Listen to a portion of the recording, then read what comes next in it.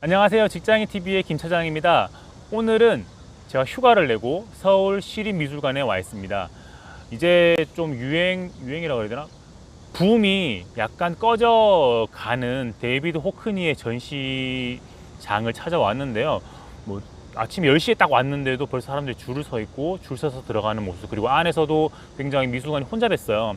그래서 이분의 인기는 정말 전시가 문 닫을 때가 다 돼 가는데도 굉장하구나라는 생각을 하면서 돌아보게 되었습니다. 이 데이비드 호크니는 유튜브나 아니면 어디에 검색을 해보면 굉장히 많이 나오는데, 가장 유명한 건 더 큰 첨벙이라고, 이렇게 사람이 다이빙을 하고 물은 튀는데 사람은 없고 되게 매트한 색감으로 이렇게 그림을 그려 놓은 게 가장 유명하고, 물에 대한 연구를 되게 많이 했다고 해요. 사람의 관람자의 시점을 어떻게 이 그림을 그리는 화가가 영향을 줘서 자기가 원하는 그런 경험을 관객들이 할 수 있을까에 대한 연구를 굉장히 많이 한 작가라고 합니다. 개인적으로 이 전시전을 보고 난 다음에 와, 이 사람 정말 대단한 사람이다라는 느낌을 받았던 건 뭐냐면, 색감이 굉장히 강렬해요. 근데 이렇게 자세히 보면은 뭔가 특별하진 않은데 그 조합이 되게 특별하진 않은데 특별하다고 하나?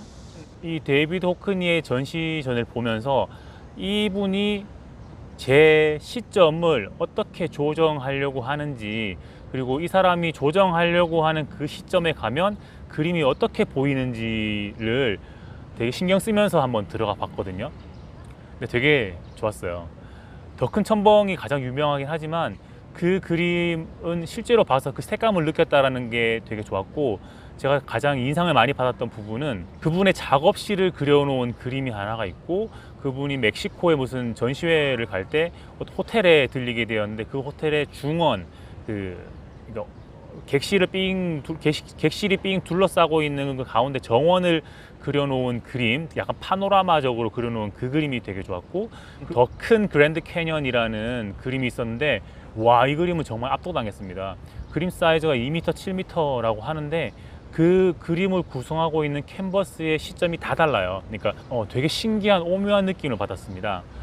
이 데이비드 호크니는 피카소, 그 유명한 피카소가 자기의 영웅이다, 우상이다, 동경이다 라고 하는 그런 생각을 가지고 있었는데, 그래서 그 피카소를 만나게 됐던 어떤 시점에 그렸던 그림에서는 피카소에 대한 존경 그리고 동경을 담아서 어떤 그림을 그렸는데, 두 사람이 마주보고 있는데 이 데이비드 호크니는 빨가벗고 있고 피카소는 옷을 다 그 트렌드 마크인 그 줄무늬 옷을 입고 이렇게 앉아 있는 그림이 있어요. 그래서 그걸 보면서 와, 피카소를 정말 존경하는구나 라는 생각을 했고, 그 시점 이후부터 피카소의 그 입체파 맞나? 사람을 이쪽을 그려놓고 이쪽은 또 다른 각도에서 그려놓고 막 사람 막 되게 막 분리해가지고 그려놓은 거 있잖아요. 아비뇽의 여인들 같은 거. 그런 그림을 이제 자신의 그림에 도입을 하는데, 사실 저는 피카소의 입체가 뭐 되게 미술사에 영향을 줬다라고 할 때 큰 감흥을 느끼지 못했는데, 이 데이비드 호크니의 그림에서 특정한 인물, 셀리아라는 여성을 그려놓은 그림이 한 인물을 계속 그려나가니까 그 시점에 이 데이비드 호크니의 그림 그리는 법에 따라서 이 그림이 계속 바뀌어요. 이 여자분, 이 셀리아라는 사람을 그렸을 때는 정말 그냥 그 사람의 분위기랑 무드를 나타내는 그 정도 그림이었는데, 이 뒤쪽에 어느 시점에 가면은 입체파의 그림을 도입을 하는 거죠. 그래서 이 여자분의 얼굴을 이렇게 나눠 놓고 손도 따로 그리고 팔도 따로 그리고 이렇게 다 따로 그리는 시점이 옵니다. 처음에 이걸 쓱 봤을 때는 이제 이렇게 그림이 쪼개졌네 였는데, 얼굴의 어떤 부분을 보면 이 여자분의 표정이 되게 행복해 보여요. 약간 살짝 웃는 것 같기도 하고, 몸짓을 보면은 약간 팔이 이렇게 떨어져 있는데, 그림의 어떤 파트에는 이 여자분의 손이 기도손이에요. 뭔가 바라고 이런 그런 기도하는 손.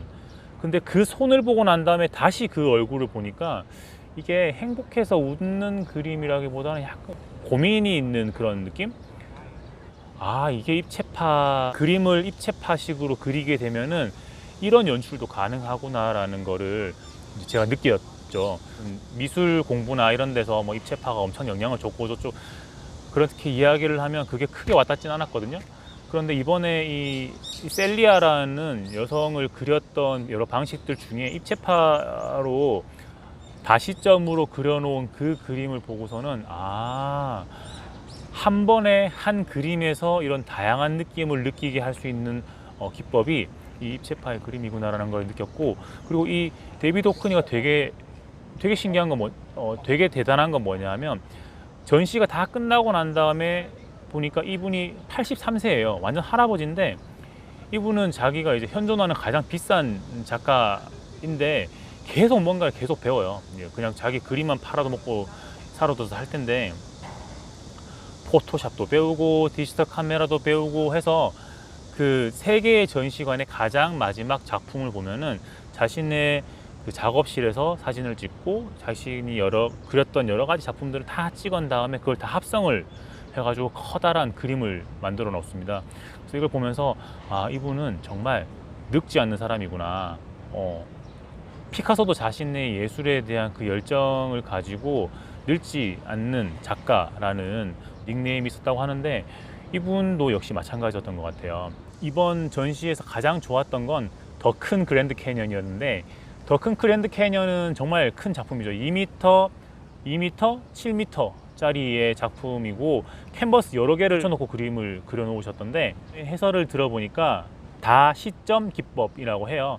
그러니까 각 캔버스의 시점이 다 달라서 관객들이 어떤 부분에 서도, 그림이 워낙 크니까 어떤 부분에 서도 그 그림을 정면으로 보는 느낌이 드는 거죠. 그 작품에서 2m, 7m로 길게 커다랗게 만들어 놓은 작품이니까 멀리 앉아가지고 작품을 보게 되면 모든 캔버스의 그림은 정면인데 그 그림을 전체로 보게 되는 나의 느낌은 되게 오묘한 느낌이 들었어요. 약간 전지적 작가 시점 같은 느낌?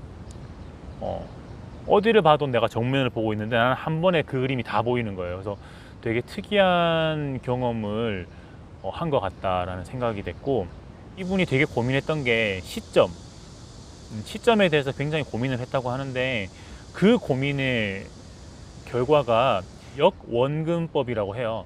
근데 그 역원근법이 적용된 그림들을 보다 보니까 이분이 의도하는 이 작가가 의도한 대로 제 시선 이렇게 움직이는 경험을 하게 되더라고요. 그래서 정말 이 사람은 자기가 원하는 대로 이 관객들의 시선을 이렇게 움직이는 데 성공을 했구나 라는 걸 느꼈고, 관객들이 자신의 그림에 더 몰입하도록 만들기 위해서 액자까지 자기가 짰대요.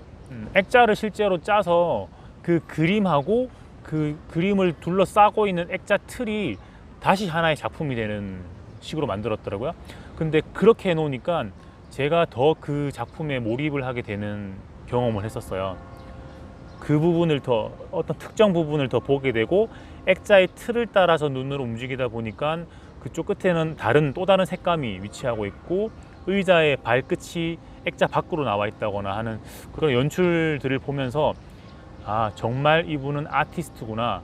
뭔가 제약을 스스로 두지 않고 고민을 한 다음에 결과를 만들어내서 자기가 의도한 대로 주변을 바꾸어 버리는 사람이구나. 그게 심지어 자기가 직접 컨트롤할 수 없는 관객의 시점이라고 해도 이분은 그거를 조종하는 방법, 컨트롤하는 방법을 연구해서 알아낸, 그리고 자기의 작품에 적용한 아티스트구나 라는 걸 느꼈습니다. 이번 제 연차 휴가는 매우 성공적이다. 지금 시각이 12시인데 2시간 동안 관람하고 나온 이 데이비드 호크니 전시전 덕분에 제 휴가의 절반은 매우 성공적이다라는 말씀을 드리고 이번 영상을 접도록 하겠습니다. 매일 일만 하면서 살 수는 없는 것 같아요. 이렇게 전시도 보고 예술을 접하면서 약간 여유를 가질 수 있는 게 되게 좋은 것 같습니다. 직장인 여러분들 적게 일하고 많이 버세요. 직장인TV의 김 차장이었습니다. 구독과 좋아요 눌러주세요. 요새 잘 안 늘어요. 되게 고민입니다. 그럼 기운 내세요.